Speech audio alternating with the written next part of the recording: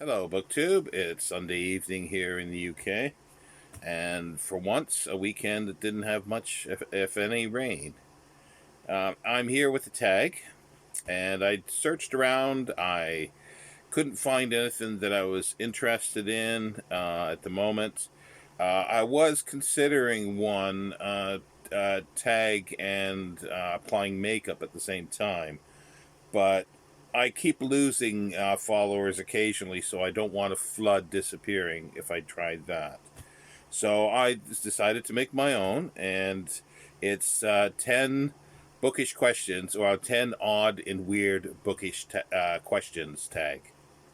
So the first question is, where was the oddest place you purchased a book from, and was it a keeper? Now, for me, I suppose must have been many, many years, about 20, 30 years ago. I went into this place that just had, it was a junk shop basically, but it was more metal bits and pieces. I was with someone else and just started looking around, picking up bits of metal and so forth. And I found this little shelf of books. And I found some travel books on the Near East, the Middle East, and and Africa. So I snagged those up, and they were keepers. Well, they I no longer have them, but they were keepers at the time. So yeah, and I suppose that's the weirdest place because I wasn't expecting books at all. I've been in junk shops, and yeah, or antique shops where they have books, but this was just sort of a miscellaneous junk metal shop, like farming implements and tools and that type of stuff. They just would not have expected books. Number two, have you read a book in public that had a title which can be interpreted in a different way and got strange looks? Yeah.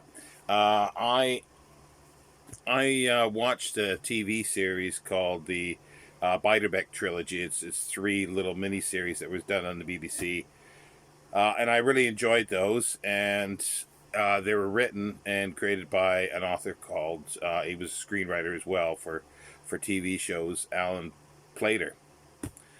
And I bought the books, like he wrote books for those as well. I enjoyed those, and I bought some other stuff that he'd written. And he wrote sort of like a bit of a memoir. Sort of, he was really into jazz. So this memoir was called "Dogging Around." Now, it may not come across too much to American viewers, but just put dogging into to Google, and you'll see what I mean.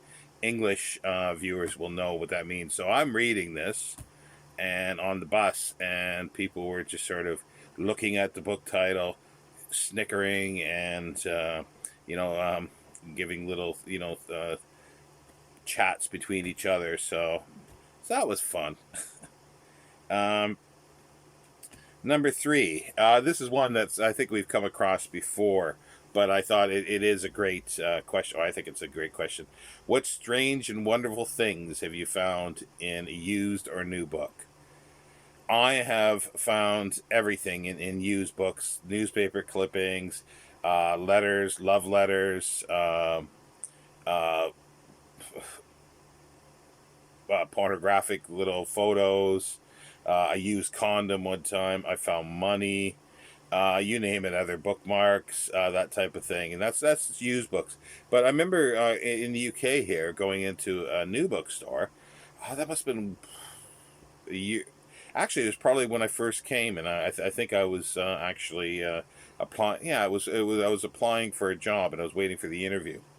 And I was just looking at the stock, and I pulled off a book, and I flipped through it, and somebody's credit card was in there. So I'm assuming that they were holding on to their credit card, wanted to buy books, or they must not have bought anything in the end because otherwise they would have noticed their card was missing. But they must have just accidentally put it into the book and put the book back on the shelf. So that was. It's not a weird thing, but it's strange to find somebody's credit card in a book. Number four, is smelling a book weird or to you or a normal part of book buying and reading? To me, it's normal. I use books all the time. I smell to see if there's any mold smell to it. But also too, there's a nice bookish smell that you can get as well, and even new books at times they have an interesting smell. Usually I used to think it was like an ink smell, but it could be ink or glue off the new books, and then just sort of the outgassing of the materials as well. It's a different smell, but no, not weird at all. Number five, do you have any odd slash weird book buying slash reading slash collecting habits? Not at all. Nothing weird at all. As I say, smelling books is not weird. Um, Wanting, books in good condition and, humming and hawing over prices.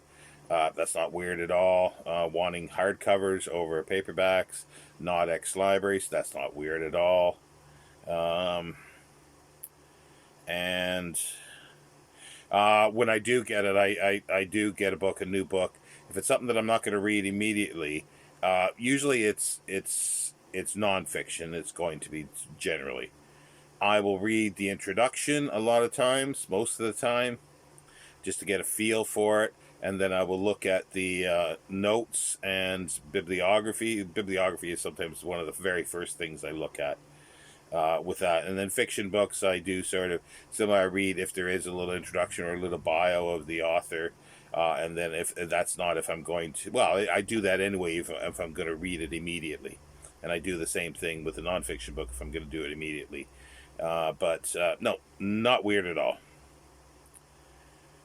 Number six, what is the oddest comment you have received after telling someone you are a book collector slash reader? Now, the most common one is, "Oh, have you read them all?" But that I don't find odd anymore because everybody does it. Some of the weirdest comments I find is, "Well, how can you afford it?" And meanwhile, they, have an expensive car, they buy expensive clothes, they go out to dine or they used to go out and dine and spend a lot of money at pubs and things like that. So when I sort of say the amount that I spend, and they think that's a lot, but they're thinking to add that on to what they've already expend, and I say I don't do any of that. So that all money is free for books. The other thing is like, how do you find time? And that's been dealt with, I think, at other times. And it's like, well, how do you find time to do anything? You find time to watch TV. You watch time. A lot of people find time to play games, and they find time to go out. Yeah, that's sort of. And well, I think, and then a weird one was that somebody, a work colleague once, excuse me, a work colleague once told me after I said, I collect and read books, and his comment was, "I've never read a book in my life," and I was stunned. And I said, "What do you mean? You've never ever read a book in his?" He says, "No, he's never ever read a book in his life. He doesn't really read newspapers. He doesn't read magazines." And I was sort of like, "How did he get through school?" English. He must have had English classes that you had to read books. It's like, no, he never read them. He barely passed those classes. But and this person was in his late 30s, and he was proud of the fact that he's never ever read a book in his life. And I felt, this is a sad, sorry person. But if it works for him, I guess, who am I to say? Now, number seven, describe a strange encounter at a bookshop, either the bookseller or a customer. Well, I can sort of do kind of both. Uh, well, I've been at a bookshop where somebody comes in to rob the shop. That was kind of interesting because The bookseller didn't. He didn't sell any books that day, so he had no money in the till. Well, he had no till, so he had no money to give the person. So they sort of left not very happy. That was sort of a strange encounter, but I've had the usual things as a bookseller myself. People coming in, and literally saying that, oh, there was a book that they had read when they were a child, or they wanted to buy a book for somebody. They don't know the name of it. They don't know anything about it, and it's like, okay, I need some help here. But it's the usual thing that people say. Oh, I read a book once. It was orange, and that happens a lot as well.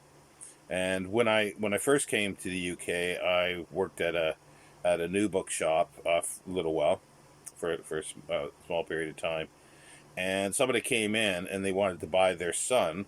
It was a set of books on the American Civil War, and there was a uh, book manager for the history section who was arguing with this couple, saying, well, they must be mistaken. There's no such thing as the American Civil War. You must mean the English Civil War. And tried to direct them, and they're saying, no, no, this is, it's American Civil War. So I overheard this. I jumped in, as I would. And I sort of asked them a few more questions. And they said, well, there was a documentary that was done, and the author of this book talked about this, and they remember. And so after a few more questions, I realized they meant Shelby Foote and his trilogy, because I went through the Bruce Catton stuff, and that didn't seem right. And so I ordered.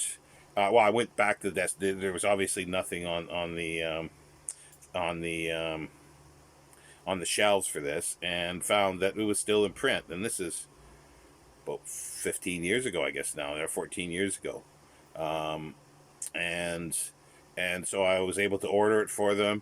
When they came in, they picked up the book. When the book came in, then they came back later and thanked me, because it was the correct book. It came in very quickly, because it was just a distributor, so it was like a week turnaround or something like that. And they came back and said that was the exact book that their son wanted.